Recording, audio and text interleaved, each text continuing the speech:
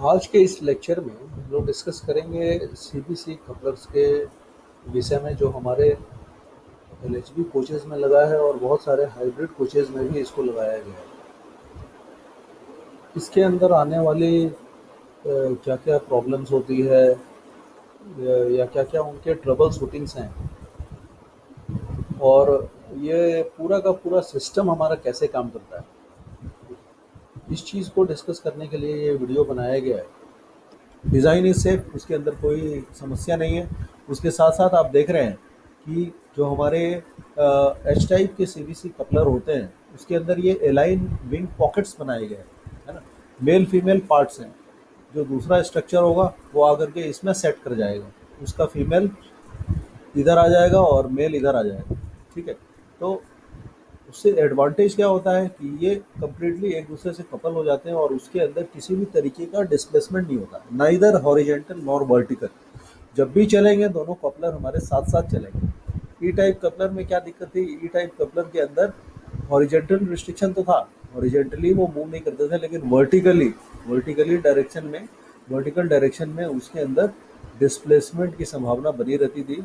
और इसलिए आप देखते थे कि वैसी गाड़ियाँ हमारी वो स्लाइड कर जाती थी। कभी कभी अगर बफर हाइट डिफरेंस या सीबीसी हाइट डिफरेंस हमारा ज़्यादा होता था, तो वैसी गाड़ियाँ हमारी स्लाइड करके निकल जाती थी, ठीक है, अगर उसके अंदर नकल का डिफरेंस पहले से बना हुआ है, ठीक है ना।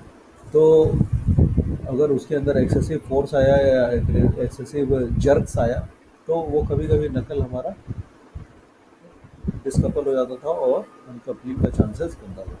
वहाँ यहाँ पर वो सारे फैक्टर्स हमारे नहीं हैं, ठीक है ना। इसलिए बोलते हैं कि जो एच टाइप हमारा सीवीसी कपलर है, इसके अंदर एंटी क्लाइंबिंग फीचर भी है साथ में, क्योंकि at the time of any accident और कैजुअलिटी ये एक दूसरे कोच को एक दूसरे के ऊपर चढ़ने से भी रोकता है, ठीक है। इसके अंदर क्लाइंबिंग की टेंडेंसी नहीं है। नहीं क्यों है? Due to this male female pockets,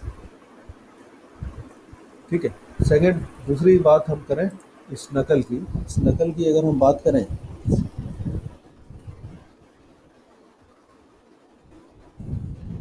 तो नकल को हमारे सीबीसी जो सिस्टम है उसके अंदर इसको इसका वीकेस्ट लिंक माना जाता है।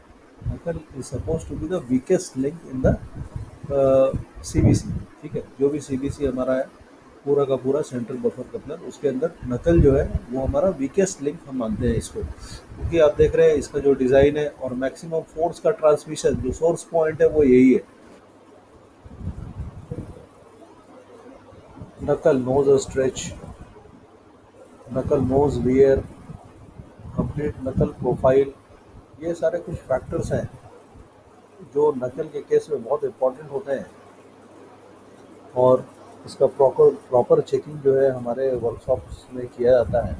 ओपन लाइन सिस्टम्स में तो हम इस प्रोसीजर को फॉलो नहीं करते हैं, लेकिन जो हमारे वर्कशॉप्स हैं वहाँ पर उनका ये सारा चेकिंग ज़रूरी होता है, क्योंकि आप देख रहे हैं कि जो मैक्सिमम फोर्स का ट्रांसमिशन है, जो सबसे पहला कंपोनेंट है, वो यही नकल है। और वो नकल का ये पार्ट है, यही वो पार्ट है जहाँ से कि सारा फोर्स ट्रांसमिट होता है। तो ये सारे चेकिंग्स ज़रूरी है।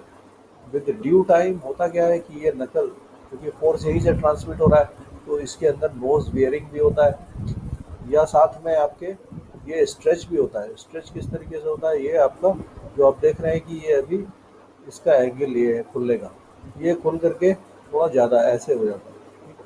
इस तरीके का ओपनिंग ये डिज़ायरेबल नहीं होता है। इसको चेक करने के लिए हमारे पास जो आरडीएसओ द्वारा स्पेसिफाइड गेजेस हैं वो होते हैं। नॉर्मली जितने भी हमारे सीबीसी के गेजेस हैं वो no and no go type के होते हैं, है ना। उसकी सहायता से हम इसकी चेकिंग को करते हैं और फिर डिसाइड करते हैं कि ये कपलर हमारा सही है या कंडेमनेशन रेंज में है। इस तरीके के चेकिंग्स हम अपने वर्कशॉप्स में करते हैं। लेकिन जो हम ओपन लाइन में भी हैं, हमको ये ध्यान रखना चाहिए कि क्या फैक्टर, क्या इम्पोर्टेंस है इन चीज़ों का, ठीक है। इसका वियरिंग ये जो है ये हमारे लिए सही नहीं है, और इसके प्रोफाइल को चेक करते रहना चाहिए। एक आध जो प्रॉब्लम्स आते हैं वो भी हमारे इसके थ्रू आते हैं, जो हमारे ओपन लाइन में हुई, वो हम आगे अभी डिस्कस करेंगे।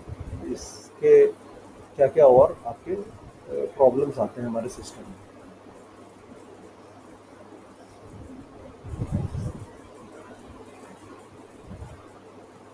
ठीक है, दूसरा जो इम्पोर्टेंट कंपोनेंट हमारा है वो है हमारा लॉक। आप देख रहे हैं कि यहाँ पर ये जो हमारा लॉक है, ठीक है, ये जो लॉक है, और यहाँ पर आप देख रहे हैं इस डिज़ाइन में कि ये लॉक जो हमारा लॉक है, तो ये प्रॉपरली यहाँ पर सीटेड है।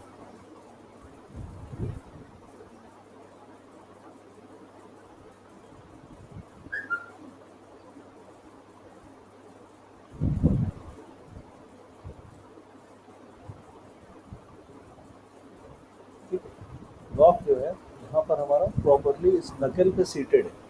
तो अगर यहाँ पर कोई फोर्स आता भी है तो ये इस नकल को इधर रोटेट करने के लिए परमिट नहीं करता। ठीक है, इसलिए इसको लॉक बोलते हैं, ये इधर परमिट नहीं करता।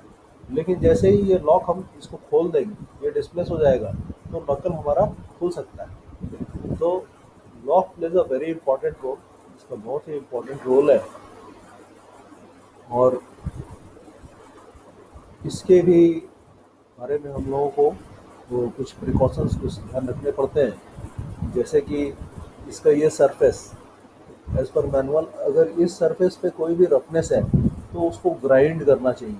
ठीक है ना, उसको ग्राइंडिंग इसलिए इम्पोर्टेंट है क्योंकि अगर हम यहाँ पर रफनेस होगा तो हमारा लॉक में भी इन्फ्रिंज करेगा बीच में कहीं ना कहीं। अगर इस पे रफनेस है तो ये जो लॉक सेटिंग का एरिया है, वो लॉक जब डाउन आता है उस समय गिरने के समय हो सकता है कहीं पर ये स्टक कर ले। ठीक है, और ये प्रॉपर लॉकिंग नहीं हुआ है। इसलिए एज पर मैनुअल ये प्रोसीजर दिया हुआ है कि अगर इस सरफेस पे कहीं भी आपका कोई भी रफनेस हो तो इसको ग्राइंड करना चाहिए। ठीक है, लेकिन ये सारे हमारे ओपन लाइन के प्रोसीजर्स नहीं हैं, ये वर्कशॉप्स के हैं। लेकिन फिर भी हमको समझना चाहिए कि ये क्यों इम्पोर्टेंट है। अगर वो नहीं होगा तो क्या होगा, हमारे लॉक कहीं यहाँ बीच में स्टक हो सकते हैं।